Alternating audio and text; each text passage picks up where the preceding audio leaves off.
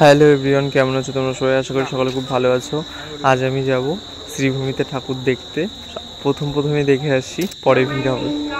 তো আমি একা না, আমার সাথে আছে আমার একটা দাদা, আমার একটা বন্ধু আছে। তো আমার ওই দাদা ঘটি গরম খেতে খুব ভালোবাসে, তো ওর জন্য আমরা তিনজনে একসাথে খেলাম ঘটি গরম।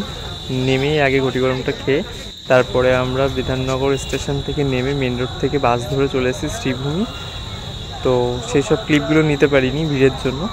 তো নেমে তারপরে ছোটো ছোটো কিছু ক্লিপগুলো যেগুলো নিয়েছি সেগুলোই তোমাদের সাথে একটা ছোট্ট মিনি ব্লগ শেয়ার করছি। তো দেখো একবার যা ভিড়, আমি ভাবতে পারিনি যে মানে প্রথমেই এত ভিড় বা এত লোকজন হবে।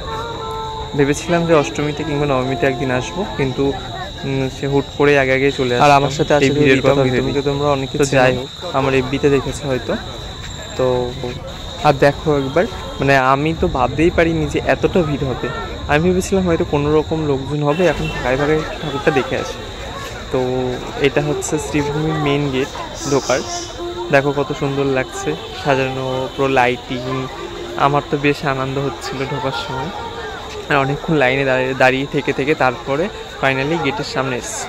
তো আসার পরে যখন ঢুকছিলাম, আর এই জায়গাটা তো খুব মানে এত লাইটিং যে ভিডিও সুন্দর আসছিল, ছবিও ভালো আসছিল, মানুষের তো খেলাগুতো তো আর কিছু বলার নেই। তো আমার তো খুবই ভালো লেগেছে। আমি বলবো যে যারা যারা এখনো আসেনি তারা আসো, এখন আসার প্রচুর সময় আছে। তো আমি ভিড়ের কারণেই আমি এত আগে এসেছি। এত আগে আসার পরেও দেখলাম যে এত মানুষের ভিড়। তো আর দেখো একবার তোমরা কত সুন্দর লাগছে, মানে এত সুন্দর একটা থিম হয়েছে। তো আমার তো খুবই পার্সোনালি খুবই পছন্দ হয়েছে, আমার খুব ভালো লাগছে দেখে। এবং ঠাকুরটাও খুব সুন্দর হয়েছে, বাইরে থেকেও দেখা যাচ্ছে।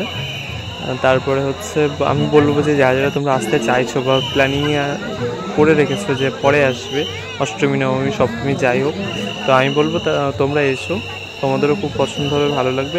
আর এমনিতেও বাড়ি থেকে শুনছিলাম যে শ্রীভূমিতে প্রচুর মানে লোক হচ্ছে, এখন থেকে ভিড় হচ্ছে, কিন্তু আমি মানে অতটা মানে ভাবতে পারিনি যে এখনই এতটা লোক হবে।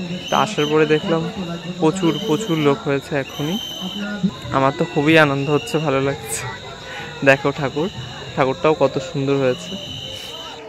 আর এই ভিড়ের জন্য ভিতরে এক্সট্রা কোনো ক্লিপ নিতে পারিনি, আর একটু দাঁড়াতে দিচ্ছিল না, কোনো রকমে বেরিয়ে এসে এত গরম লাগছিল আর কিছু মনে হচ্ছিল কিছু একটা খাবো।